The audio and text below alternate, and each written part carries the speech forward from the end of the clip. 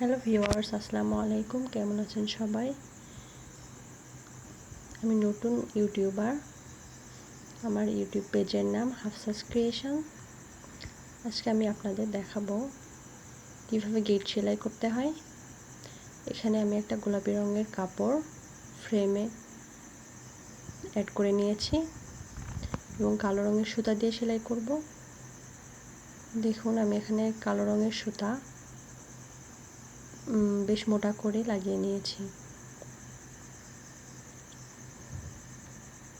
দেখে নিন কীভাবে গিট সেলাই করতে হয়। ভালোভাবে দেখলে খুব সহজে আপনারা কাজটি করতে পারবেন।